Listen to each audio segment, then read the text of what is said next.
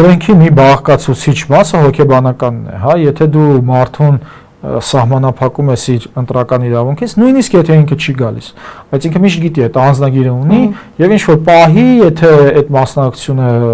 հա բան կգա կմասնակցի։ Հիմա դու օտարում ես այդ քաղաքացուն, չէ՞, եթե դու օտարում ես դեր քաղաքական կյանքից իրան, օտարում ես իր ազդեցությունը այս երկրի վրա եւ ինքը իրան չի նույնականացնում այդ երկրի հետ այլևս, հա։ Եթե մասնակից չէ, ապա իհարկե, այսինքն նույնականացման մի հատ շերտ ես ջնջում այդ մարդու մեջ ու ուժեղ կարևորագույն շերտերից մեկը, որը կրկնում եմ, ընտրության իրավունքն է։ Հիմա եթե դու հեռացնում ես այդ մարդուն, այդ մարդը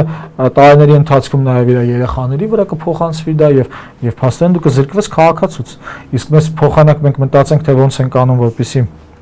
մեր ազգությունը